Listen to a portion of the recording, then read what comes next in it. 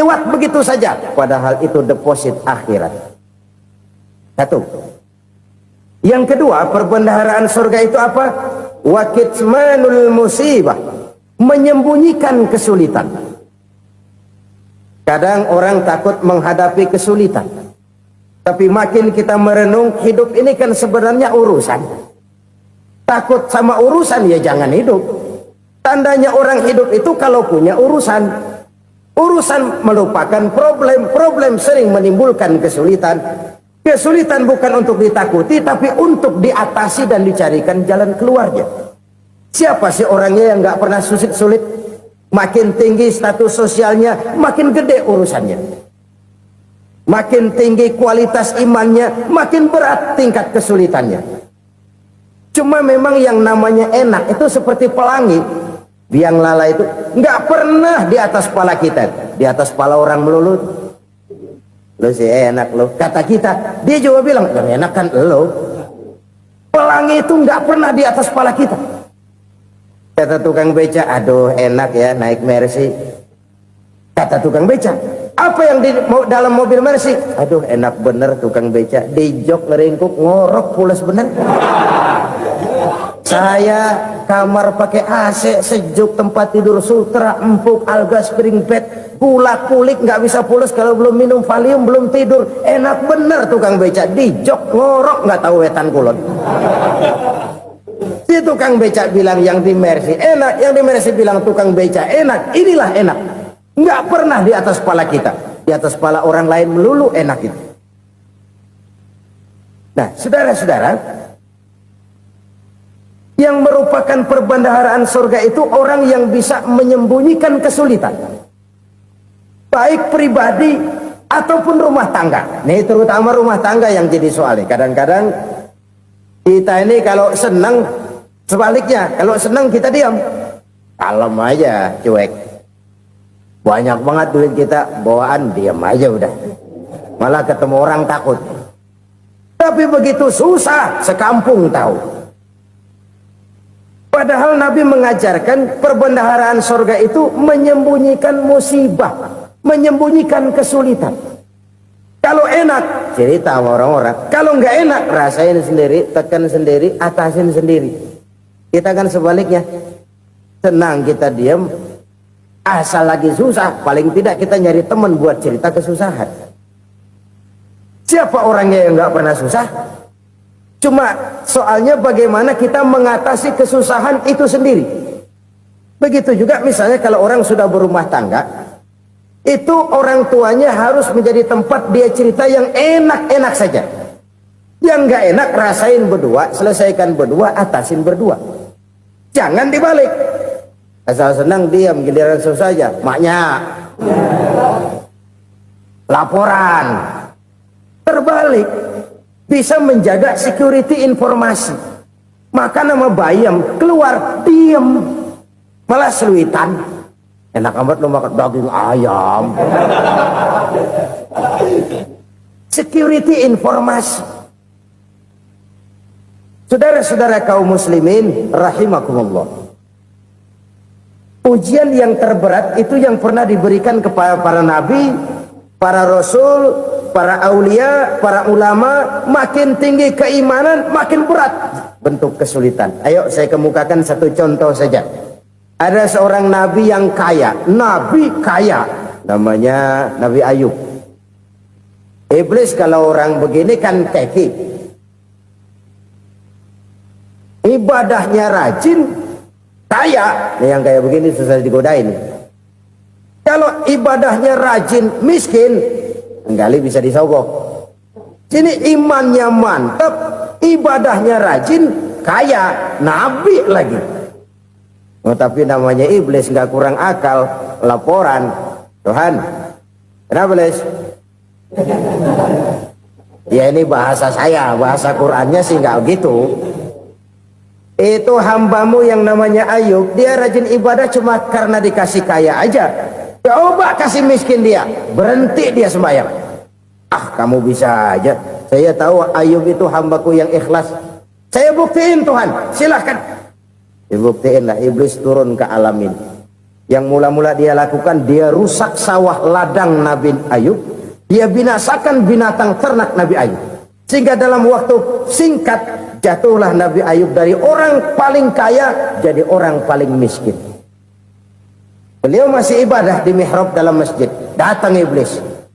Saudara Ayub, ya, lagi ngapain? Ibadah. Nyembah Allah, nyembah Allah. Oh, percuma. Kenapa? Tuhan yang ente sembah nih, dia udah bikin miskin ente. Sawah ladang ente hancur lebur, binatang ternak binasa. Sekarang ente jadi orang paling miskin. Ngapain nyembah Tuhan kayak begitu? Tekor. Udah berhenti dah ibadah, berhenti ibadah. Ini iblis sama Tuhan laporannya lain, yang dikerjakan kepada Nabi Ayub juga lain. Benar begitu iblis kata Nabi Ayub? Iya, sawah ladang saya habis, buras. Binatang ternak saya binasa, binasa. Saya miskin, bangpak. Apa jawab Nabi Ayub? Bukan innalillahi, ya, ini hebat. Alhamdulillahillazi a'tani wa akhza minni. Segala puji bagi Allah yang telah memberikan harta kepada saya dan sekarang mengambilnya lagi. Alhamdulillah. Allah yang ngasih, Allah yang ambil. Itu mah urusan Allah. Iblis cuman ibadah jalan terus, sujud lagi Nabi Ayub. Iblis seleher gondok banget. Dasar Nabi nggak mempan dia apa-apain. Miskin malah alhamdulillah. Allah yang ngasih, Allah yang ngambil. Jadi kalau kita tidak komit, kita tidak terikat kepada kaya, miskin, senang, susah, apa yang bisa bikin kita susah? Jadikan kekayaan, kemiskinan, jadikan senang susah sebagai anak buah yang bisa kita atur. Jangan kekayaan ngatur kita, jangan kemiskinan ngatur kita. Kita yang harus mengatur mereka. Senang susah, kaya, miskin, bahagia, sengsara, jadikan itu anak buah yang bisa kita atur. Kalau sekarang kita kaya, lain saat boleh jadi kita miskin, semiskin-miskinnya. Allah yang ngasih, Allah yang ngambil. Tenaga mana yang bisa menghalangi? Ibadah jalan terus. Iblis makin gondok. Dasar Nabi loh. Akhirnya apa? Nabi Ayub dikerjain, diberikan penyakit. Demikian fatal penyakitnya. Bayangin, udah miskin sakit. Masya Allah. Miskin sakit. Sakitnya nggak lama, kira-kira 16 tahun. Istrinya 3, 2 mental minta ceraiin. Ngerawatin laki bengek begini. Senang belum tentu, susah udah pasti nih. Cerai aja, cerai dah. Cerai. Tinggal satu Siti Rahmah yang setia menemani beliau. Sesetia-setianya hati perempuan. Satu saat Siti Rahmah bilang, "Bang, ya, abang kan Nabi, Bang. Lalu, namanya Nabi kan doanya jarang meleset, Bang. Maksud kamu minta kenapa sih sama Tuhan biar abang sembuh baik dah, Bang?" Siti Rahmah, iya. Saya sakit berapa tahun sih dah? 16 tahun, Bang. Sebelum ini saya sehat berapa tahun? Ya kira-kira 60 tahun, Bang. Nah, coba ente banding-bandingin, Rahmah. Saya dikasih sehat 60 tahun, dikasih sakit 16 tahun. Sudah nggak sabar mau doa kepada Allah minta sembuh. Saya malu kepada Allah. Diuji dengan yang luar biasa seperti ini, tidak mengganggu stabilitas kehambaannya. Dia tetap menghamba kepada Allah Subhanahu wa ta'ala. Saudara-saudara kaum muslimin rahimakumullah, kunci menghadapi kesulitan itu apa? Allah jelaskan dalam satu ayat, wa basyiris sabirin alladzina iza asabathum musibah qalu inna lillahi wa inna ilaihi raji'un. Gembirakan orang-orang yang sabar. Siapa mereka itu? Yang apabila mendapat musibah mereka kembali kepada keyakinan dasar, segalanya dari Allah dan segalanya akan kembali kepada Allah. Ini konsepsi dasar dari sikap muslim dalam menghadapi berbagai kesulitan. Segalanya dari Allah, segalanya akan kembali kepada Allah. Kalau ini sudah kondisi dasarnya, maka kita akan lapang menghadapi kenyataan bagaimanapun pahitnya. Apakah itu namanya miskin? Apakah itu namanya sakit? bahkan maut sekalipun, segalanya dari Allah, segalanya akan kembali kepada Allah. Ini sikap hidup, bukan sekedar ucapan. Kita kadang-kadang menjadikannya sebagai ucapan, mulutnya sehingga berhenti, innalillahi wa inna ilaihi rajiun, tapi nangisnya terus gerung-gerungan. Bukan itu, ini kesadaran moral. Kalau segalanya dari Allah, segalanya kembali kepada Allah, kan sebenarnya cuma nunggu giliran. Hari ini saya nyembayangin dia, entah hari apa saya disembayangin orang. Hari ini saya antar dia ke kubur, entah hari apa orang nganterin saya ke kubur. Hari ini saya tahlilkan dia, entah nanti kapan orang tahlilkan saya. Segalanya dari Allah, segalanya akan kembali juga kepada Allah. Oleh sebab itu saudara-saudara, kesulitan bukan untuk ditakuti, kesulitan justru untuk diatasi, dicarikan jalan keluarnya. Dan tidak ada orang yang tidak pernah mendapat kesulitan, tidak ada. Semakin tinggi status sosial, semakin tinggi kualitas keimanan, semakin besar juga tingkat kesulitan. Hanya saja bagaimana cara kita mengatasinya. Dan Al-Quran menyatakan, inna ma'al usri yusra. Di balik kesulitan itu pasti ada kemudahan. Roda itu berputar. Karena itu Rasulullah sallallahu alaihi wasallam mengingatkan kepada kita, ta'arraf ilallahi firraha ya'rifka fisyiddah. Ingatlah kepada Allah di waktu kamu senang, supaya Allah ingat kepada kamu di waktu kamu susah. Kalau waktu senang kita ingat kepada Allah, kita susah, Allah tidak akan meninggalkan kita. Tapi kalau waktu senang kita jauh dari Allah, sujud tidak sempat, dengan masjid jauh, ketika senang kita lupakan Allah, nanti begitu kita susah, Allah lupakan kita, dan itu menyakitkan. Oleh karena itu orang-orang tua kita dulu bilang, kalau lagi sehat ingat-ingat lu bakal sakit nanti. Kalau lagi kaya ingat-ingat satu saat kita bakal jatuh miskin. Bahkan kalau lagi muda ingat-ingat kita bakal tua. Dan yang terpenting, kalau lagi hidup ingat-ingat kita bakal mati. Saudara-saudara kaum muslimin rahimakumullah. Jadi yang kedua yang merupakan perbendaharaan surga, menyembunyikan musibah. Saudara-saudara kaum muslimin rahimakumullah. Hal ketiga yang merupakan perbendaharaan surga adalah wasilatur rahmi. Orang yang suka bersilaturahmi. Sebagaimana yang kita maklum bahwa manusia adalah makhluk yang disebut zon politika. Makhluk sosial yang tidak mungkin hidup sendiri-sendiri. Betapa dan siapapun kita memerlukan orang lain. Bodoh betul manusia kalau tinggal di tengah masyarakat tapi tidak mau bermasyarakat. Merasa hebat sendiri, pinter sendiri, gagah sendiri, kaya sendiri. Mungkin kalau mati juga ngubur sendiri. Jangankan kita di sini, di sorga saja Nabi Adam waktu sendirian bengong melulu, mondar mandir. Allah tegur dam sepi dam. Jadi ini kalau bahasa saya, iya Tuhan sepi ini nggak ada coret-coretan pisan ini. Diciptakan Siti Hawa baru anteng Nabi Adam. Itu di surga. Cobalah. Umpamanya saudara tinggal di Jakarta nih. Kaya bener. Apaan aja di Jakarta punya saudara dah. Jembatan Semanggi ambil. Monas buntel bawa pulang. Hotel-hotel ambil semua. Cuman tinggal di Jakarta sendirian, apa enaknya? Betapa dan siapapun kita perlu orang lain. Tidak ada seorang pun yang bisa memenuhi kebutuhan hidupnya secara sendiri-sendiri.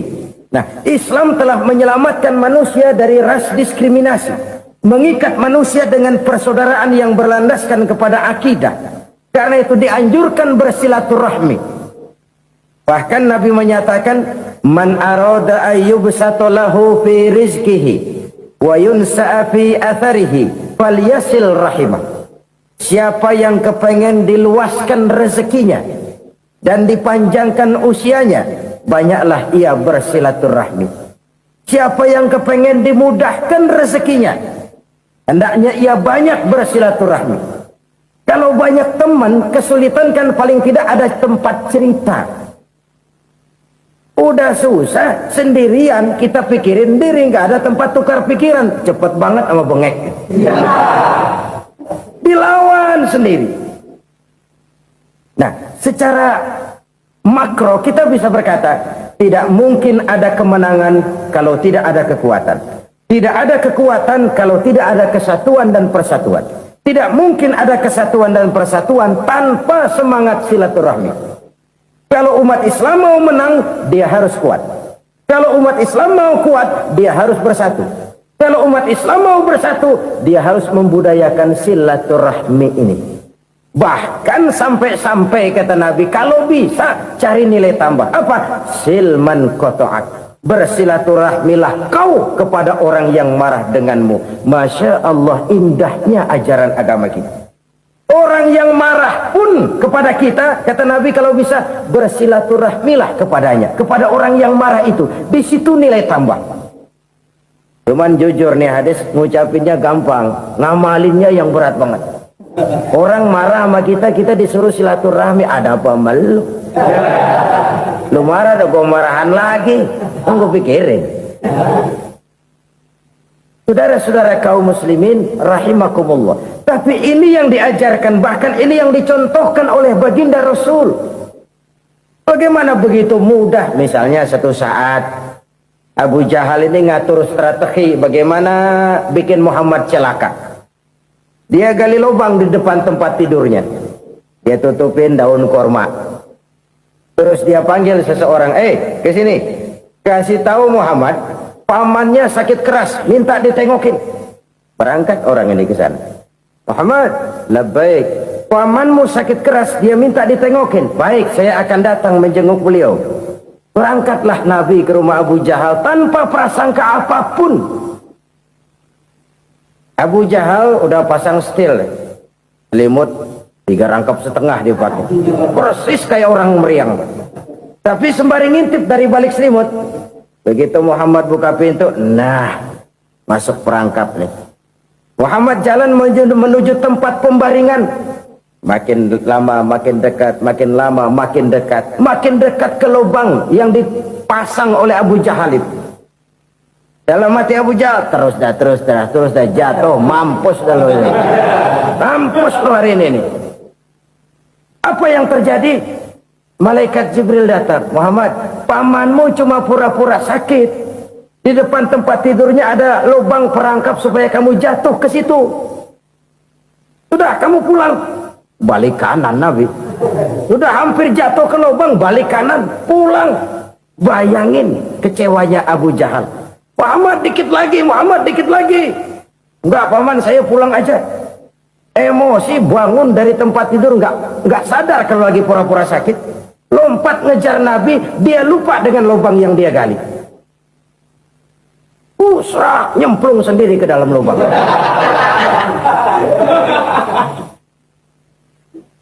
Nabi terus berlalu. Ini terjadi keanehan. Jatuh ke lubang yang dia gali itu sebenarnya nggak terlalu dalam ya, antara 3-4 meteran lah. Tolong saya jatuh ke lubang ini. Datanglah pelayan-pelayannya itu. Angkat saya dari sini. Oh, yang ngulurin tambang. Satu gulung, belum juga nyampe itu tambah. Kurang, beli lagi ke warung. Sambung, ulur lagi, nggak juga bisa sampai.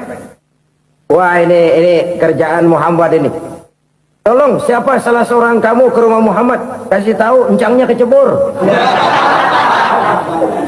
Minta ditolongin. Sampaikan kepada Rasul. Kenapa? Pamanmu jatuh ke lubang, Muhammad minta tolong diangkatin. Tambang udah nyambung-nyambung nggak nyampe juga. Ya, nanti saya datang, saya tolong. Cobain. Nyata-nyata orang berniat jahat mau mencelakakan dia. Datang dia menolong. Ini yang disebut air tuba dibalas air susu ya ini. Bukan sebaliknya. Air tuba dibalas air susu. Paman, kecebur ya? Iya Muhammad, tolong ini. Pegang tangan saya. Nabi ulurkan tangannya. Nyampe. Dipegang oleh Abu Jahal. Diangkat ke atas. Sampai atas, apa kata Abu Jahal? Sihirmu memang hebat Muhammad. Udah ditolongin dikata sihir. Yang enak kita kemplang kan itu orang begitu. Urusan apa? Tapi inilah akhlak. Kalau bisa kamu bersilaturahmilah dengan orang yang marah kepadamu sekalipun. Orang marah kita tetap baik. So, kalau kita berbuat baik sama orang yang memang baik, rasanya sih biasa-biasa aja. Orang baik kita baik lagi, ya draw aja, belum ada nilai tambah di situ. Baru ada nilai tambah kalau kita bisa berbuat baik kepada orang yang nyakitin kita. Itu namanya kita setingkat di atas dia. Dia sakitin kita, kita berbuat baik sama dia. Dia pelit sama kita baik sama dia. Dia marahin kita deketin dia. Di situ kita punya nilai tambah. Jadi siapa yang ingin diluaskan rezekinya, kata Nabi, dan dipanjangkan umurnya, hendaklah ia banyak-banyak bersilaturahmi. Sederhana sebenarnya silaturahmi, tapi silaturahmi membangkitkan semangat kesatuan dan persatuan. Kesatuan dan persatuan melahirkan kekuatan. Dalam matematika 1 ditambah 1 pasti 2. Tapi di tengah masyarakat, 1 orang takut ditambah 1 orang takut, hasilnya jadi 2 orang setengah berani. Kenapa setengah berani? Karena udah berdua. Tadi pan takut sendirian. Kalau dia kumpul turu-turu takutlah jadi berani. Kita yang lemah, kita yang tidak berdaya, kita yang miskin, kalau mau kompak bersatu, apa yang nggak bisa kita kerjain? Apalagi tinggal di kota besar, pilihan cuma 2. Bertahan atau minggir. Bertahan atau minggir. Untuk bisa bertahan harus mampu bersaing. Untuk mampu bersaing harus punya keahlian. Keahlian harus ditunjang dengan pendidikan, ditambah oleh kekompakan sebagai umat.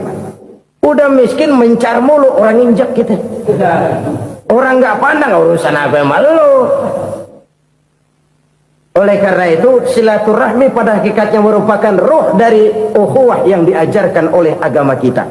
Bagaimana Islam menyelamatkan masyarakat manusia dari ras diskriminasi, mengikat manusia, dan tidak ada persaudaraan yang lebih indah selain persaudaraan yang diikat dengan nilai-nilai akidah. Sepanjang orang di jalan Allah, itulah saudara kita. Keluar dia dari jalan Allah, selesailah persaudaraan sampai di situ. Karena itu, kalau ingin menyimpan sesuatu di surga, banyaklah bersilaturahmi. Datang ke rumah ini, datang ke rumah itu, dan lain sebagainya. Itu simpanan kita di akhirat nanti. Ini yang ketiga. Saudara-saudara, yang keempat, perbendaharaan surga itu apa? Wa qawlu la hawla wa la quwwata illa billah. Ucapan la hawla wa la quwwata illa billah. Ibadah kan ada yang berat, modalnya besar. Bangun masjid berat, modalnya besar. Bangun rumah sakit berat, modalnya besar.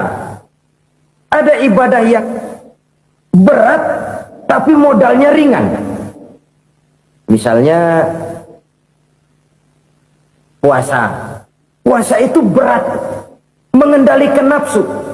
Kalau sekedar nggak makan nggak minum sih enteng, mengendalikan nafsu. Itu jihad terbesar, tapi kan modalnya ringan, cuma niat saja. Ini ibadah berat, modalnya ringan. Ada ibadah yang ringan, modalnya juga enteng. Seperti termasuk ucapan la haula wa la quwwata illa billah. Tanpa sadar, la haula wa la quwwata illa billah. Nyelengin tuh di surga. Nyelengin, kita nggak terasa, nyelengin simpenan akhirat. La haula wa la quwwata illa billah, nyimpan lagi. Kaget, la haula wa la quwwata illa billah, nyimpan lagi, banyak simpanan. Walaupun sebenarnya yang dimaksud di sini adalah kesadaran batin bahwa tidak ada daya dan kekuatan kecuali Allah. Itu intinya. Kita memulai pekerjaan disunahkan baca bismillah, kan begitu? Apa itu? Kesadaran moral bahwa ini saya bisa kerjakan, saya kerjakan ini dengan menyebut nama Allah. Kenapa? Kalau Allah tidak memberikan daya dan kekuatan, mana mampu saya kerjakan ini. Maka saya kerjakan ini dengan menyebut nama Allah. Bismillah. Kesadaran moral. Manusia hanya wajib berusaha, tapi nggak pernah wajib berhasil.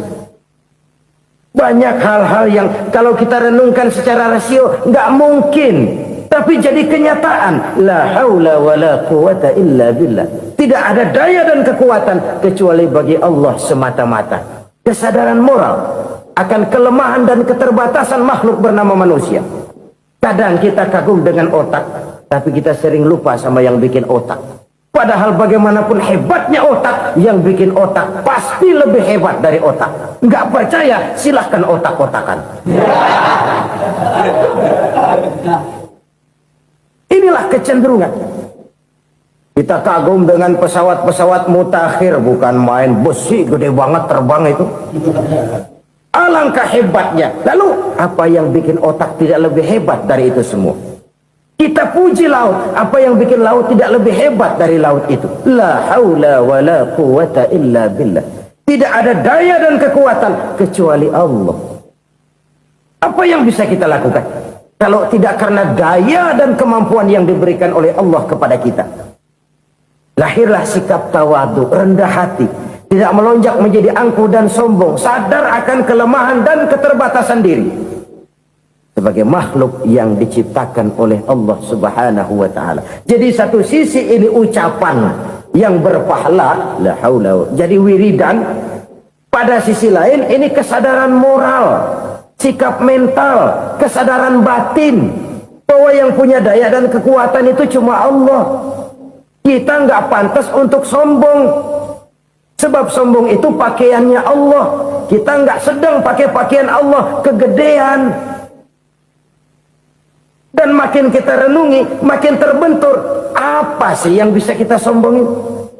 Kita mau sombong apa? Kaya, pintar, itu kan semua relatif. Di atas langit masih ada langit lagi.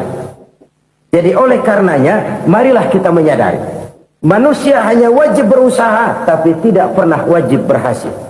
Yang berusaha saja tidak wajib berhasil, apalagi yang tidak berusaha. Islam bukan agama orang pemalas yang selesai sholat lalu enggelohom, nggelenggem ayem-ayem. Tapi Islam bukan agama orang sombong yang setelah berusaha lalu tidak memerlukan Allah. Kita bisa saja bikin proyeksi, tahun sekian kita bakal panen besar menurut perhitungan otak. Tapi ada kejadian lain. Apa? Tikus ngambek. Habis itu dimakanin tikus, panen gagal. Proyeksi rasional gagal oleh tikus-tikus yang ngambek itu. Bisa saja terjadi. Tahun depan kita panen besar, urung. Kenapa? Musim panas panjang. Dan sekarang ini koran-koran bikin berita musim mengalami penyelewengan. Bukan cuma manusia yang nyeleweng sekarang. Musim pakai nyeleweng. Mestinya kan musim hujan udah selesai, masih hujan-hujan juga. Musim. Nah sekarang kita boleh bikin proyeksi, kita bakal panen besar. Tahu-tahu musim panas panjang, sawah retak, air kering. Cari teknokrat yang paling botak, suruh pendekin tuh musim panas. La haula wa la quwata illa billah. Inilah kesadaran moral. Saudara, saya teringat satu saat ada seorang konglomerat. Umurnya ya kira-kira 70-an. Satu saat dia ditanya oleh wartawan, "Pak, umur Bapak berapa sih?" "Ya paling 10 tahun." 10 tahun? 10 tahun? Anak Bapak berapa orang? Satu saja? Satu. Harta Bapak berapa? Ya paling-paling bangsa 7 juta kali. 7 juta? Iya. Pak, kenapa Bapak bohongi saya? Bapak punya buku biografi. Koran-koran, majalah-majalah banyak memuat cerita riwayat hidup Bapak. Saya tahu umur Bapak 70. Kenapa bilang cuma 7 tahun? Saya tahu anak Bapak 8. Kenapa cuma bilang 1? Saya tahu harta Bapak miliaran, mungkin triliunan. Pabrik di mana-mana, bank di mana-mana. Kenapa bilang uang Bapak cuma 7 juta? Nah, kata si konglomerat tadi, kamu benar nak, kamu benar. Umur saya kalau jumlahnya memang 70 nak. Cuman ingat-ingat saya, baru 7 tahun terakhir ini saya sujud. Baru 7 tahun terakhir ini saya berusaha dekat dengan Allah. Saya laksanakan perintahnya, saya jauhi larangannya. 7 tahun inilah rasanya yang ada nilainya di hadapan Allah. Yang 63 tahun matong, kelabu, kelem umur gue.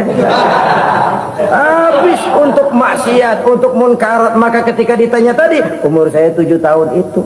Oh begitu Pak. Oh iya. Lalu anak Pak. Anak bapak kan 8. Kenapa bilang cuma 1? Nah, kalau jumlah hitungannya memang anak saya 8. Tapi dari 8 orang ini rasanya cuma 1 nih. Yang bakal jadi buah hati, belahan jantung. Pelanjut cerita, penerus sejarah. Bakal jadi anak soleh yang akan mendoakan saya. Cuma 1 rasanya anak saya ini yang bakal jadi buah hati saya. Besar-besaran saya. Yang akan mendoakan di kubur saya. Yang akan mendoakan di akhirat saya. Yang 7 orang mana, Masya Allah, yang atu tenggeng, yang atu nyekek botol mulu, yang atu nggak karu-karuan. Makanya saya bilang 1 anak saya yang akan bisa mendoakan saya. Oh begitu Pak. Iya. Nah harta Pak, harta Bapak kan triliunan. Pabrik Bapak di mana-mana. Uang Bapak hampir di tiap bank-bank besar.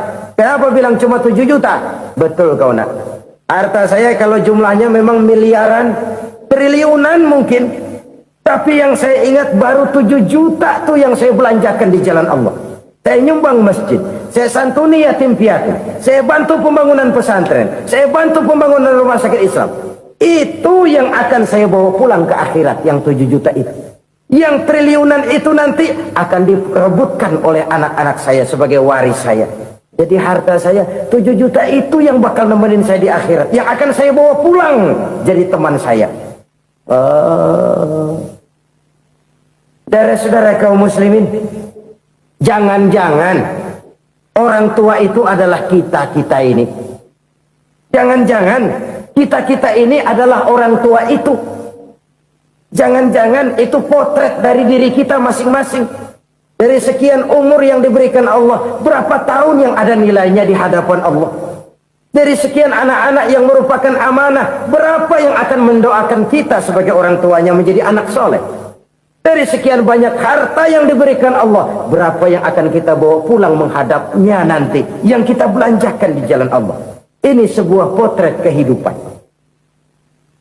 Karena itu kita kembali kepada la haula wa la quwwata illa billah. Kita wajib berusaha, kita wajib berikhtiar. Selebihnya, segala daya dan kekuatan hanya milik Allah saja semata-mata. Satu kesadaran batin dari setiap pribadi muslim. Setelah ia berusaha dan berikhtiar, ia menyerahkannya kepada Allah Subhanahu wa ta'ala. Jadi, satu sisi ini merupakan wiridan ucapan yang mengandung pahala. Pada sisi lain, ini merupakan sikap batin dari seorang muslim di dalam ia menghadapi realitas kehidupan ini. Saudara-saudara kaum muslimin, rahimakumullah. Kalau ini kita jadikan satu basis kehidupan, maka ini akan menyelamatkan manusia dari kemungkinan tergelincir menjadi orang yang lupa diri dan lupa darat. Sebab itu Imamul Ghazali berpesan, jadidis safinah fa innal bahra amiq wa khuziz zad fa inna safara ba'id wa khaffifil hamla fa innal hamla sadid. Perbarui selalu kapalmu karena lautan sangat dalam. Bawa bekal yang banyak karena perjalanan ini sangat jauh. Ringankan beban karena kebanyakan beban akan menyakitkan. Alangkah indah kalimat ini, alangkah dalam makna yang terkandung di sana. Perbarui selalu kapalmu karena lautan sangat dalam. Apa artinya ini? Jaga mentalmu baik-baik. Pelihara imanmu baik-baik karena hidup penuh cobaan seperti lautan. Kita kalau berlayar di lautan kan kadang-kadang tenang, angin bertiup sepoi-sepoi basah. Jika malam datang, bintang gemintang bertabur menghias cakrawala. Rembulan memantulkan sinarnya dengan indah. Dalam keadaan begitu berlayar enak. Tapi lain saat ombak menggunung, halilintar menyambar, angin topan bertiup. Berapa banyak sudah saudara-saudara kita yang tenggelam di lautan dunia tanpa sadar bahwa dia belum sampai kepada pantai yang akan dituju. Berapa banyak sudah Saudara-saudara kita yang tenggelam di lautan dunia ini tanpa sempat bangkit lagi. Dia menyangka sudah sampai kepada tujuannya. Hati-hati kapal jangan sampai bocor karena lautan sangat dalam. Iman ini jaga baik-baik karena hidup penuh dengan ujian. Wa khuzizat fa inna safara ba'id. Bawa bekal yang banyak karena perjalanan sangat jauh. Saudara mau ke Bandung, bawa duit. Saudara mau ke Surabaya, banyakkan lagi duitnya. Saudara mau ke Mekah, gepokan, iketan tuh duit, nggak lembaran lagi. Makin jauh perjalanan, makin banyak bekal yang harus kita bawa. Kalau saudara dari Jakarta mau ke Surabaya, kagak bawa duit berangkat juga, itu sih bukan berani namanya, nekat.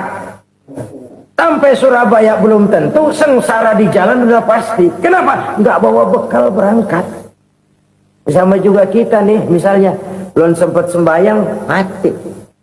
Waduh, berani banget orang. Belum punya bekal, mati. Sengsara di jalan. Atau bekal tidak cukup. Dari Jakarta saudara mau ke Surabaya, bawa duit 500 perak. Paling jauh Cikampek nyampenya itu. Paling jauh itu. Antara jauhnya perjalanan dengan bekal yang saudara bawa tidak seimbang. Hidup ini perjalanan panjang. A walking tour. Dimulai dari alam arwah. Sebelum jasad diciptakan, roh diciptakan lebih dulu. Dari situ pindah ke alam rahim. Dari alam rahim pindah ke alam dunia. Dari alam dunia pindah ke alam barzah. Baru menuju akhirat. Satu perjalanan panjang. Kalau bekal tidak bawa, sengsara di jalan. Bawa bekal yang banyak karena perjalanan ini sangat jauh. Wa khaffifil hamla, ringankan beban karena beban itu cuma akan menyulitkan. Kalau bekal itu sih keperluan, tapi beban nggak kita perluin, cuma ngeberat-beratin. Apa ini beban? Dosa, kecurangan, kebatilan, kezoliman, ketidakadilan, kesewenang-wenangan. Itu akan jadi beban kita di akhirat. Alangkah celakanya, perjalanan panjang, bekal tidak bawa, beban kelewat banyak, alamat sengsara di jalan. Pahala tidak ada, dosa berlipat ganda. Na'udzubillah, summa na'udzubillah. Kalau kita rangkum nasihat Al-Ghazali dengan kisah si konglomerat tadi, kita akan mengambil kesimpulan. Pertama, bekal terbaik dalam menghadapi gejolak kehidupan ini tidak lain adalah iman. Yang kedua, pahala dan dosa. Dua hal kontroversial. Pahala adalah bekal, dosa adalah beban. Tapi kita sekarang kan tidak begitu terangsang kepada yang abstrak. Orang berlomba mencari yang konkret-konkret saja. Yang real. Kalau memang dosa, benjol dong. Kira-kira begitu. Kira-kira begitu. Persis orang Yahudi dulu. Orang Yahudi itu kan pernah minta kepada Nabi Musa. Ya Musa, lan nu'mina laka hatta narallaha jahrah. Musa, kami nggak bakal mau beriman kepada Allah kalau belum kami lihat Allah ada nongkrong di depan kami. Kalau memang Tuhan ada, taruh dong di depan kami. Mau yang konkret-konkret saja. Kalau memang dosa, benjol dong. Kalau memang pahala, berasa dong. Orang terangsang kepada yang real, yang konkret-konkret saja. Karena itu, untuk mengejar dosa, orang mau bayar. Tapi untuk mengejar pahala, walaupun tidak bayar, orang segan. Ini yang dikatakan oleh Nabi, kamu mengharapkan ke surga, tapi kamu berat melaksanakan sesuatu yang bisa membawa kamu ke surga. Kamu ingin jauh dari neraka, tapi tiap saat kamu lakukan perbuatan-perbuatan yang justru menjerumuskan kamu ke neraka. Idda'aitum an-najata minan nar wa ramaitum fiha anfusakum. Kamu ingin selamat dari neraka, tapi kamu lemparkan diri kamu ke neraka. Kamu ingin masuk surga, tapi berat sekali kamu melakukan perbuatan-perbuatan yang bisa menyampaikan kamu di surga. Saudara-saudara kaum muslimin, rahimakumullah. Jadi hal keempat yang merupakan perbendaharaan surga adalah la haula wa la quwwata illa billah. Satu sisi ini merupakan ucapan yang memperberat timbangan akhirat. Pada sisi lain ini merupakan sikap hidup seorang muslim, kesadaran batin yang sangat dalam bahwa tidak ada daya dan kekuatan kecuali Allah. Dan itu kita simbolkan pada saat memulai pekerjaan dengan Bismillah, dengan menyebut nama Allah. Satu kesadaran moral, saya hanya bisa melakukan ini karena diberikan daya dan kekuatan oleh Allah. Lahirlah sikap tawadu, rendah hati, tidak melonjak menjadi angkuh dan sombong. Saudara-saudara, sampai sini dulu jumpa kita kali ini. Semoga 4 perbendaharaan surga ini dapat kita lakukan, yang kelak akan merupakan bekal kita di kemudian hari nanti. Amin ya rabbal alamin. Bapak-bapak, ibu-ibu, saudara-saudara kaum muslimin rahimakumullah. Di dalam kehidupan kita sebagai seorang muslim, minimal 5 kali dalam sehari semalam kita mendengar seruan untuk mendirikan solat yang disebut azan. Ada kalimat menarik di dalam kalimat azan itu, yakni seruan hayya 'alal falah, marilah menuju kepada keberuntungan, marilah meraih kemenangan.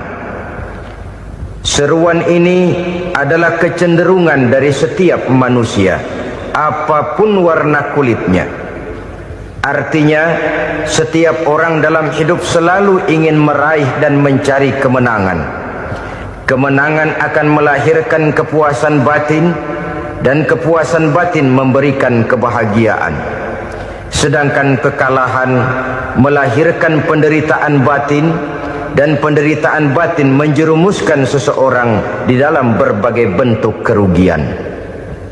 Jikalau inilah seruan azan, maka masalahnya ialah apa yang menyebabkan kita meraih kemenangan.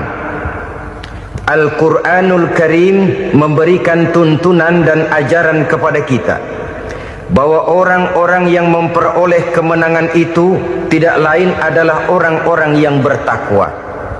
Hanyalah mereka yang bertakwa kepada Allah Subhanahu wa ta'ala pada akhirnya akan tampil sebagai pemenang. Lalu siapa orang yang bertakwa itu?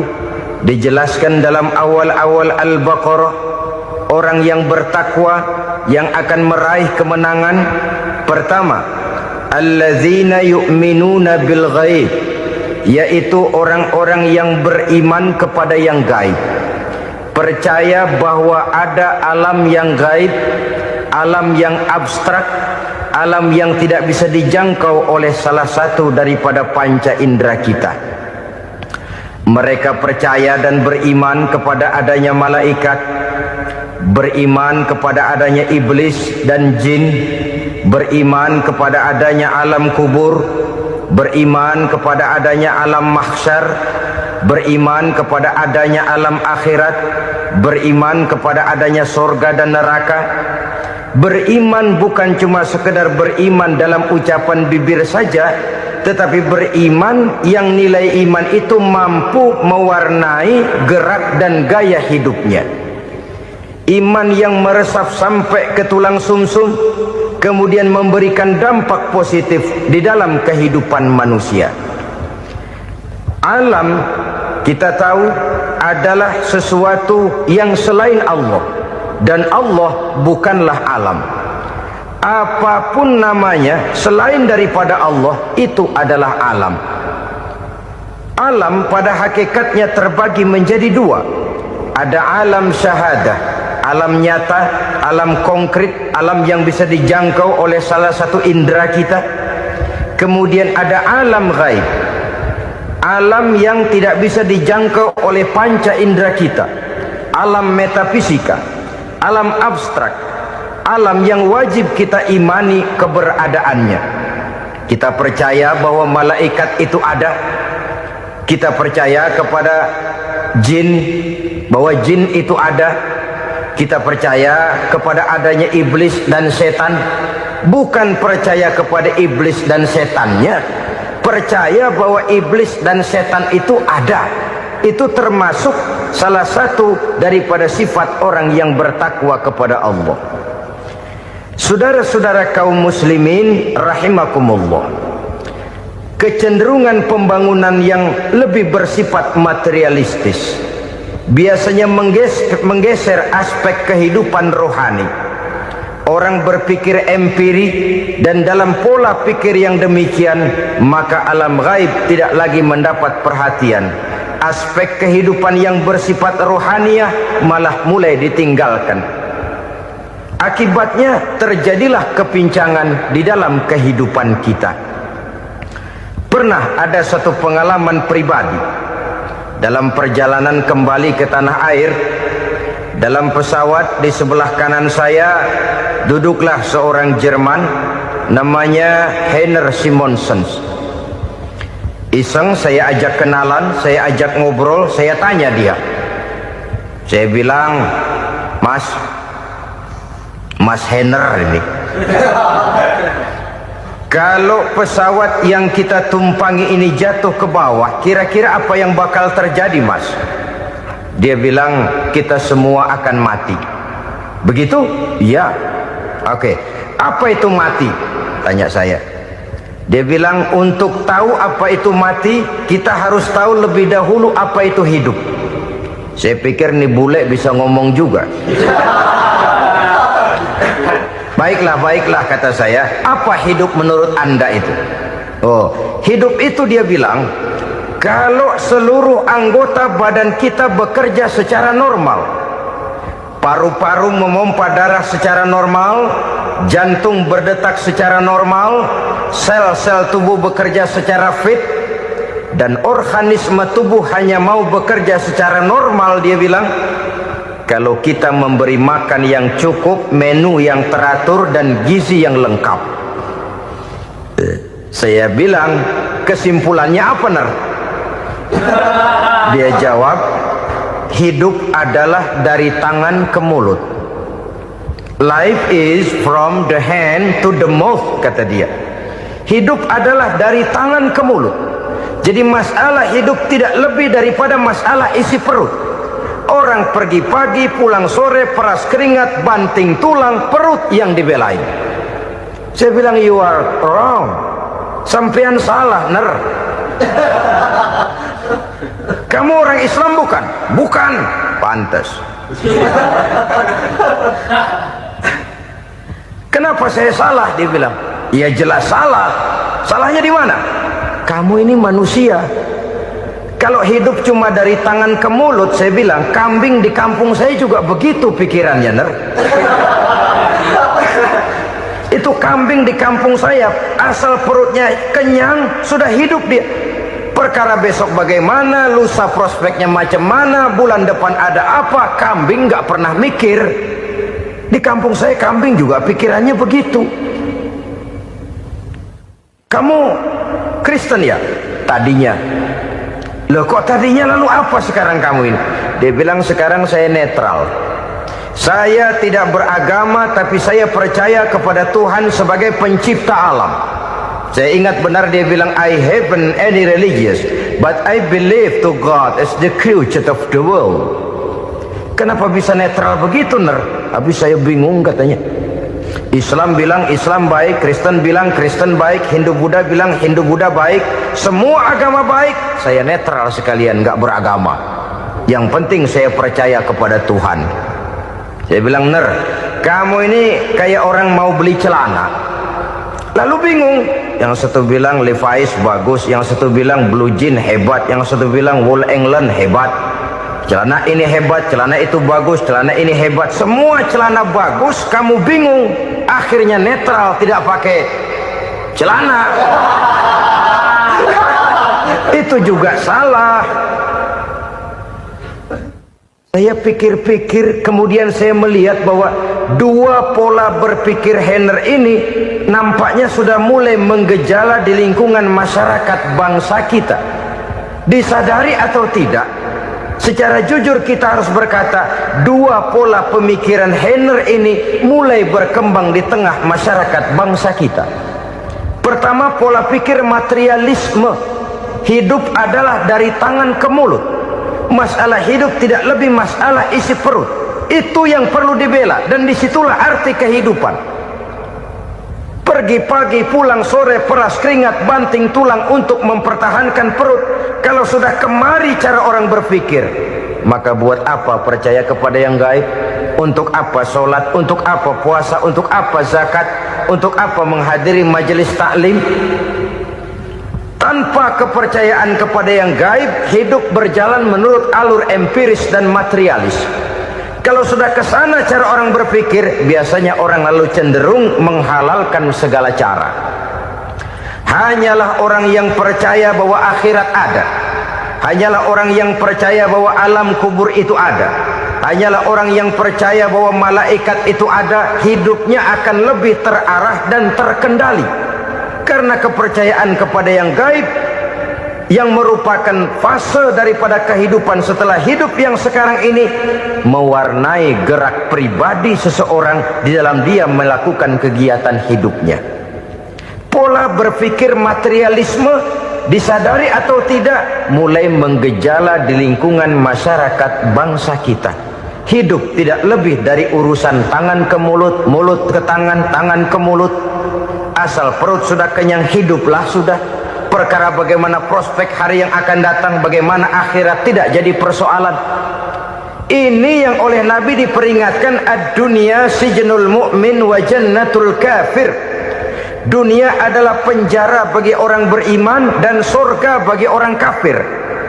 Dulu di zaman Belanda hadis ini pernah disalah tafsirkan, disalah artikan, digunakan sebagai senjata untuk mengkebiri dan membuat impoten umat Islam.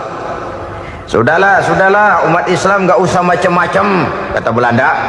Dunia ini kan penjara buat orang Islam, surga buat orang kafir. Di penjara jangan bertingkah.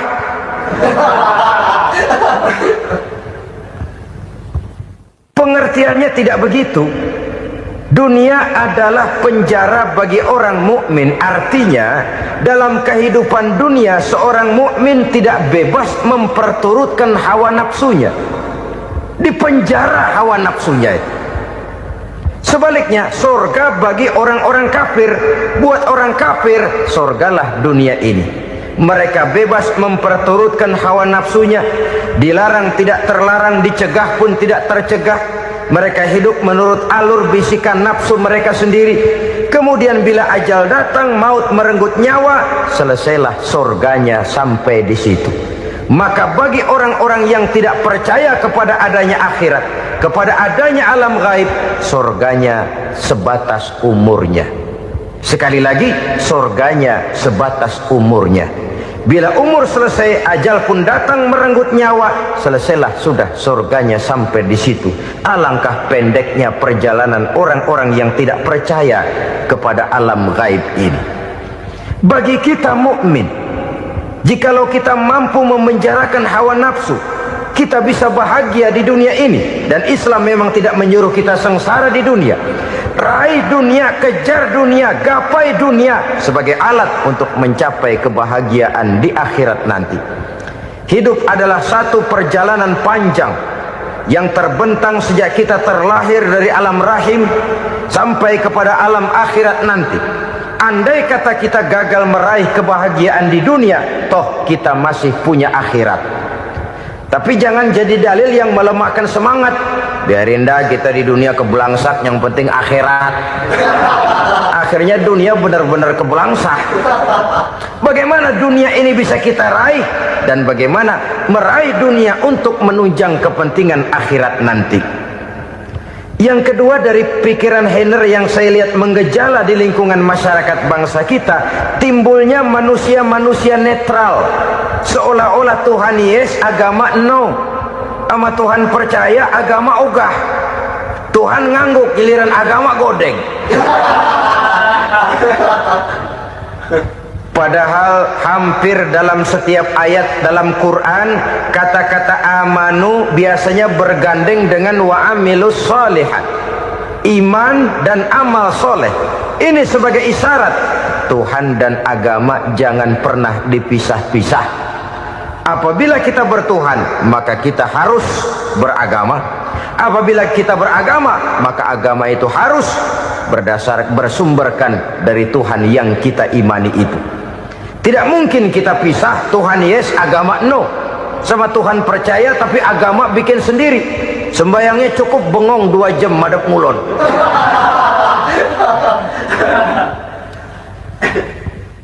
Saudara-saudara kaum muslimin rahimakumullah. Jadi dengan demikian, agama yang kita akui merupakan unsur mutlak di dalam pembangunan sekarang ini, merupakan bagian dari kehidupan yang menuntun kita bahwa di balik alam nyata ini, di balik alam syahadah ini ada alam gaib. Dan mudabbir, murabbi, yang mengatur, yang menguasai, yang memelihara baik dia alam nyata, baik dia alam gaib, tidak lain adalah Allah Subhanahu wa ta'ala. Di sana ada satu super power, satu maha kekuatan yang kita perlu bersandar kepadanya. Sebagai makhluk nyata yang hidup di alam nyata, berbuatlah secara nyata sebagaimana harusnya kita berbuat. Karena Islam jelas bukan agamanya orang pemalas. Islam jelas bukan agamanya orang yang mengajarkan setelah selesai sholat boleh duduk, nggelenggem ayam-ayam, ndelohom, menghitung bintang di langit sambil menunggu keajaiban. Tidak.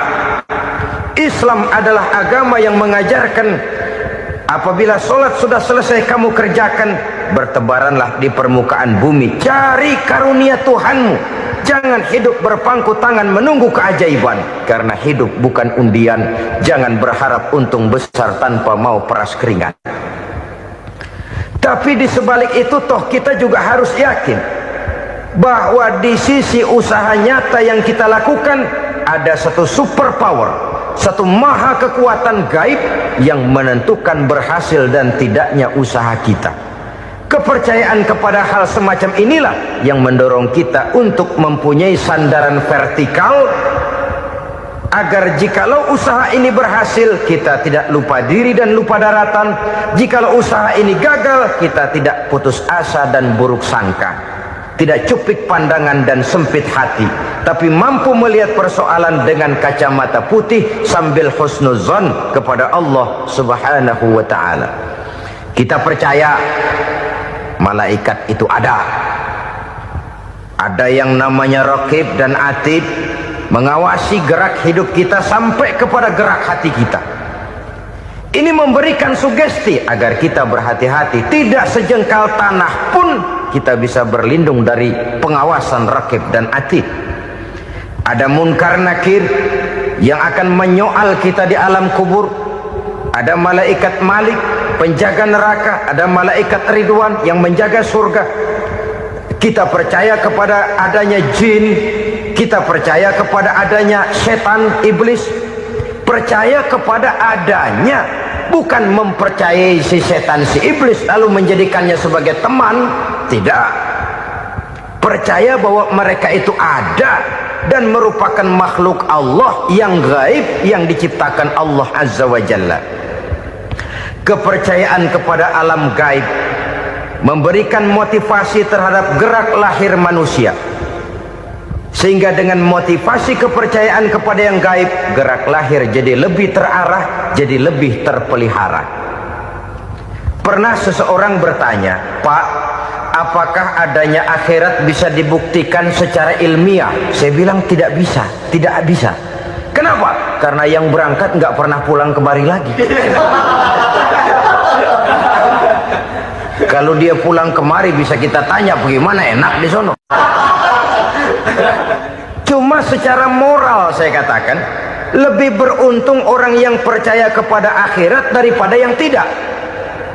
Sekarang saudara percaya akhirat ada, lalu saudara baik-baik di dunia, sholat, puasa, zakat, menolong orang lain, menebarkan kebajikan.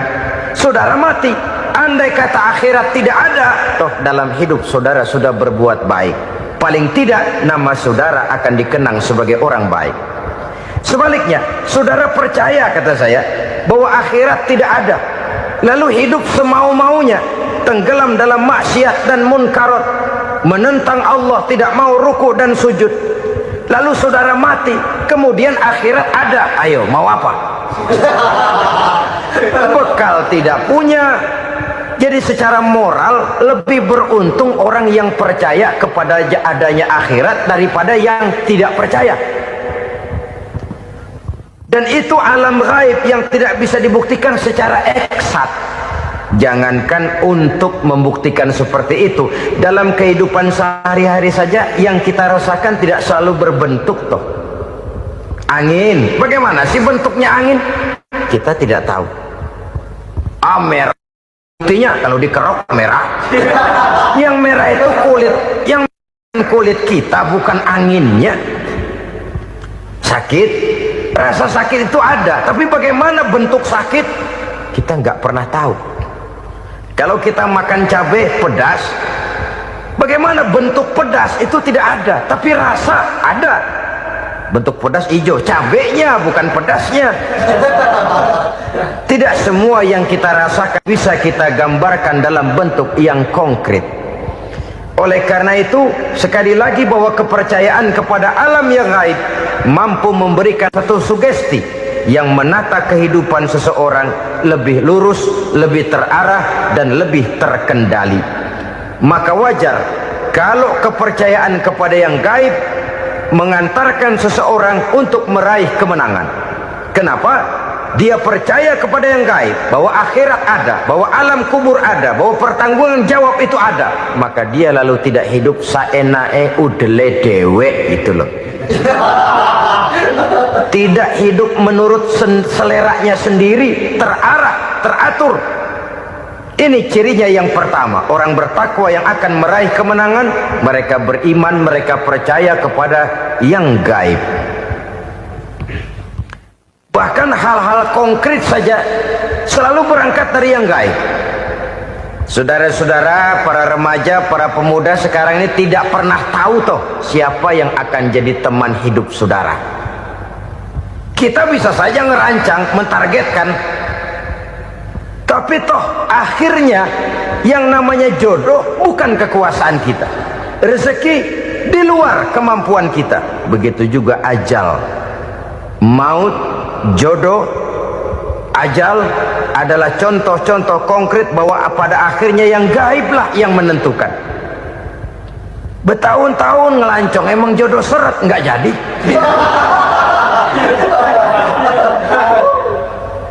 Begitu kenal baru setengah malam nginep ditangkap hansip kan.